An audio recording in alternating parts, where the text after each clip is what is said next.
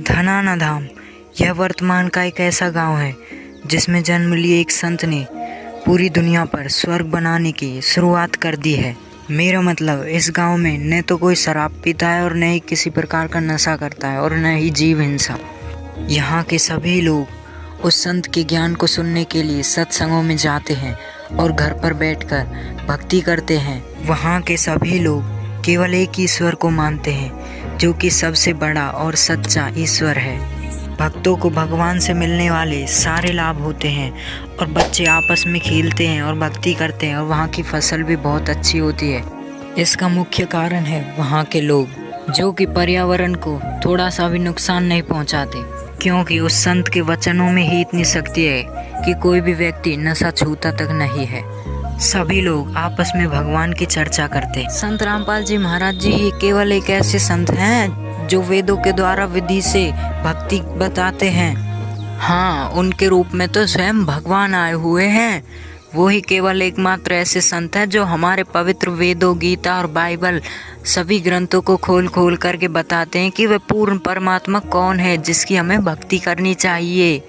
और हाँ, कल तो उनका अवतरण दिवस है, उसमें हम सभी को चलना है। उन्होंने पूरे विश्व को आमंत्रित किया है।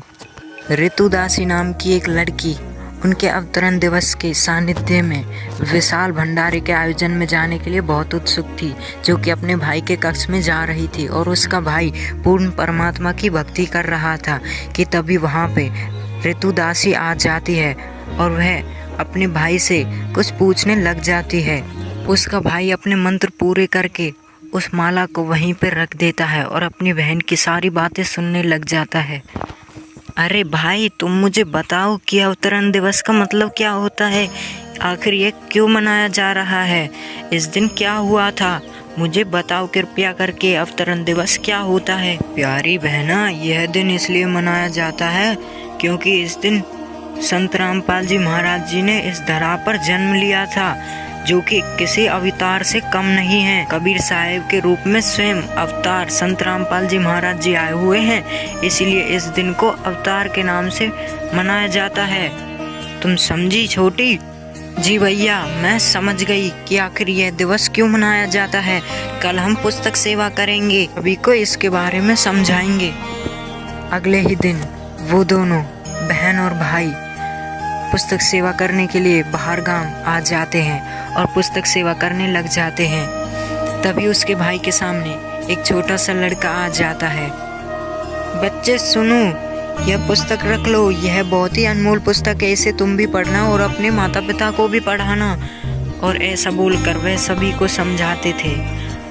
कुछ देर बाद उनके सामने एक बूढ़ा व्यक्ति आ जाता है और वह सवाल करता है, प्यारे बच्चों, तुम किस तरह की पुस्तक बांट रहे हो? मुझे भी तो बताओ जरा इन पुस्तकों के बारे में। अरे दादाजी, ये कोई हम पुस्तकें नहीं हैं। ये संत रामपाल जी महाराज जी ने वेदों में जो लिखा है वो सच्ची बातें इसमें लिखी हैं, जिससे सभी को पता चल सके कि असली भगवान कौन है। अच्छा, तो बेटा तुम ही मुझे बता दो कि वह भगवान कौन है और कैसा दिखता है। ये सभी लोग तो भगवान को निराकार बताते हैं।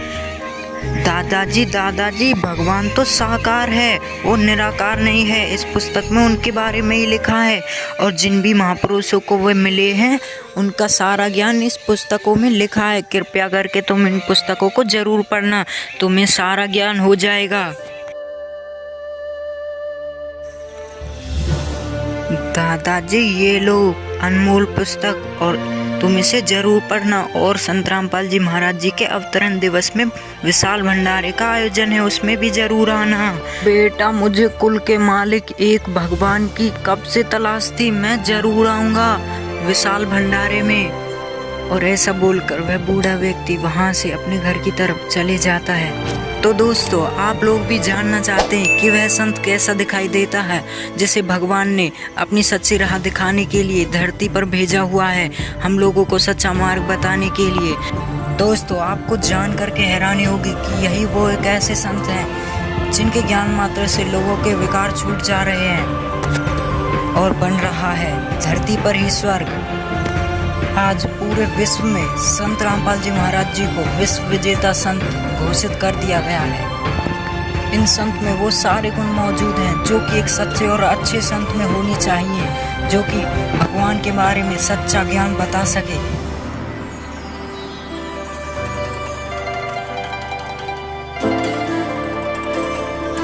संत रामपाल जी महाराज जी के सानिध्य में 73वें अवतरण दिवस पर 6 से 8 सितंबर को विशाल भंडारे, अखंड पाठ और दहेज मुक्त विवाह रक्तदान शिविर निःशुल्क नाम दीक्षा दी जा रही है। इन्होंने पूरे विश्व को इसमें सादर आमंत्रित किया है। ये इंटरनेट और ये प्रोजेक्टर, टेलीविजन, ये परमात्मा का दिया हुआ ज्ञान है, जीव सत्र का नहीं है कि किसी का भूल हो कि मनुष्य बना दिए ऐसे आइटम। परमात्मा कबीर जी ने उनको बुद्धि देकर के ये बनवाया है। और किस लिए? आज के दिन के लिए, इस समय के लिए, कि एक जगह मेरा ज्ञान चला करेगा, करोड़ों बच्चे मेरे एक टाइम पर सुना करेंगे और प्रत्यक्ष प्रमाण देखा करेंगे। प्रोजेक्टर बनवा दिए, दास यहाँ दिखाता, वहां बैठे प्रमाण देख रहे हैं, टीवी के ऊपर देख रहे हैं, घर घर बैठा परमात्मा संदेश भेज रहा है। तो पुण्यात्मा, आपका कर्तव्य बनता है इस परमेश्वर के सच्चे ज्ञान को अपने भाई बहनों, पूरे विश्व के सभी हम एक वहां तक पहुंचाओ, जन जन तक पहुंचाओ। हम सभी एक परमात्मा के